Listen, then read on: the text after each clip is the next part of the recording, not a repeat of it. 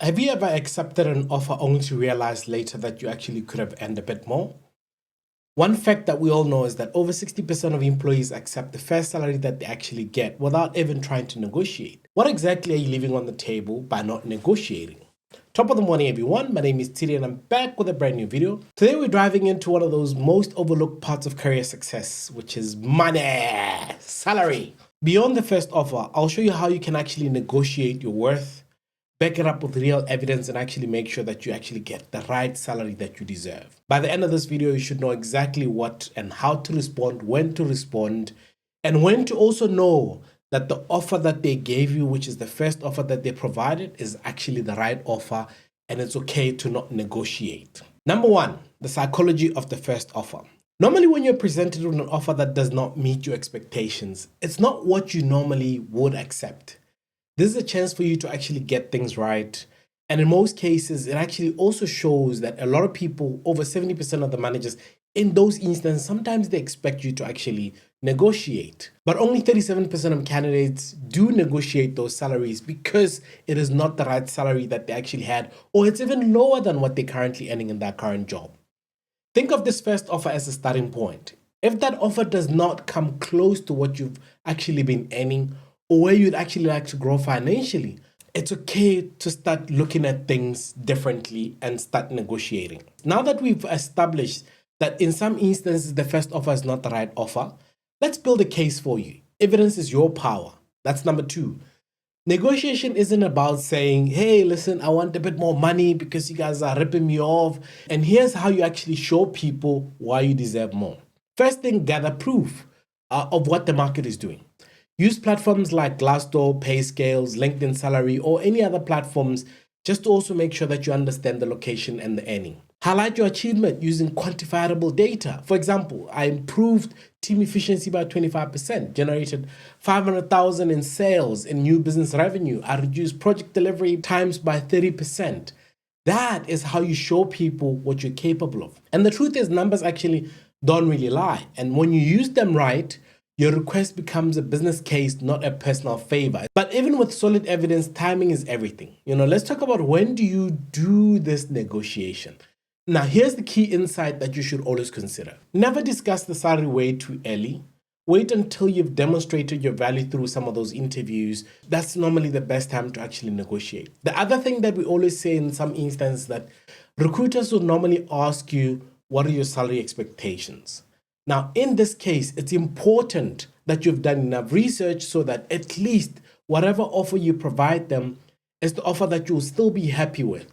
And it has to be reasonable when you say my salary expectation is between 130 and 170,000. Be reasonable. If your role is one of those roles where people around that field are earning between 130 and 150,000, asking to earn 180 and 200,000 is unreasonable. So that's why you're actually going to lose out upfront in most cases. Now, since we've talked about how timing is important, what do you do when you receive the offer and you're still not excited about what they presented? First, you need to express enthusiasm and happiness for the fact that, hey, listen, I'm really happy and excited about the opportunity to actually join your team. And I'd love to discuss the compensation part. You're ensuring alignment. You're not saying, hey, listen, not happy with this. What the hell are you doing? You start off by saying, listen, very happy with this, and I'm glad that we actually got through to go through this process. Loved understanding a bit more about your company. But I would like to actually have a discussion about the offer because based on where I'm currently at financially and what I'm looking at, the offer is way below what I was actually expecting. And I think you and I have discussed this in our first call. It's important that you time it correctly, and it's important that you actually do not close the loop immediately unless you think, you know what, it's way below what I was looking at. There's no way they're going to even come closer. Then it's okay to actually walk away. Now, once you've opened the conversation, the next step is actually to make it collaborative, not confrontational. It's not about you fighting these people. It's about trying to find the middle place in the middle room, somewhere where they can actually understand. Negotiation as a collaboration. Many people actually fear negotiation because they think it's actually going to be a fight. In most cases, it's not. It's a partnership of discussion. So we're discussing something. Frame your conversation slightly differently. Something like this. Based on my research, the value that I think I bring is based around 150 and 180,000, francs or dollars or whatever it is, and I would like to be a bit more aligned to the market standards. How flexible can we be on this one? Notice how the tone is saying, you're inviting dialogue, not issuing demands. And that's what actually top performers actually do. They stay respectful but firm in their discussions. And guess what? I brought in the data that actually speaks about what the market brings and what the market is asking for. And then beyond money, look out for the whole package, because in some cases, some companies do not just only give you a base salary as the one thing that they're actually selling. It's sometimes the total package that they're trying to bring to you that you should be excited about. So negotiation isn't just about the numbers on your paycheck. Sometimes, as I said, the companies have fixed salary bands, but they also offer other things that are actually adding a lot more value. For example, flexible work options, professional development funding, additional leave days, performance bonuses or equity. These together collectively are what we call a total compensation. Now, a total reward is what you sometimes actually want. And according to Robert Half's survey, nearly 30% of professionals who negotiated non-salary benefits reported even a greater job satisfaction, because sometimes you're building that generational wealth. It's not just about getting that quick money now that you're going to spend and then pay back to the taxman. And the next thing that you should do, guys, is practice makes perfect. Here's the truth. Confidence in negotiation comes from preparation. So before you step into that conversation after they've said, let's have a call, rehearse your talking points. Think about it. Find a mentor, find a friend that you can actually try this out, and just try and play around, do a role play to see exactly where it actually will work. It's been proven that people that actually do that have got a 45%, success rate of actually getting the right negotiation right. So don't just wing it, guys. Treat negotiation like the interview. You prepared for the interview. It's just another stage in the process before you actually start at that job.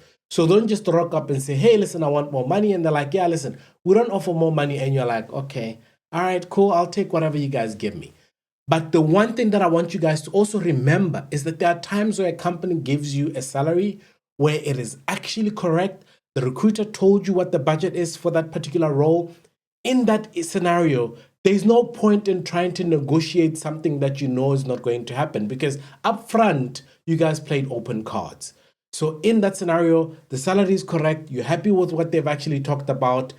Take the salary. You do not need to negotiate ad nauseum for no reason. Now, let's wrap it up here, guys. Here's what you need to actually do to make sure that you negotiate your salary a bit better.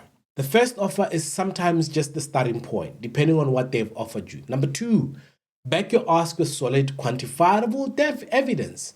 So do research, Glassdoor. 3, negotiate at the right time, after the offer, not before, and keep it collaborative, not confrontational. And don't forget the total package. The benefits do matter too, because that's where you build that particular generational wealth that you're looking for. So I challenge you guys to try one of these tips, but remember, it needs to be something where you also believe that the offer is actually not the right offer.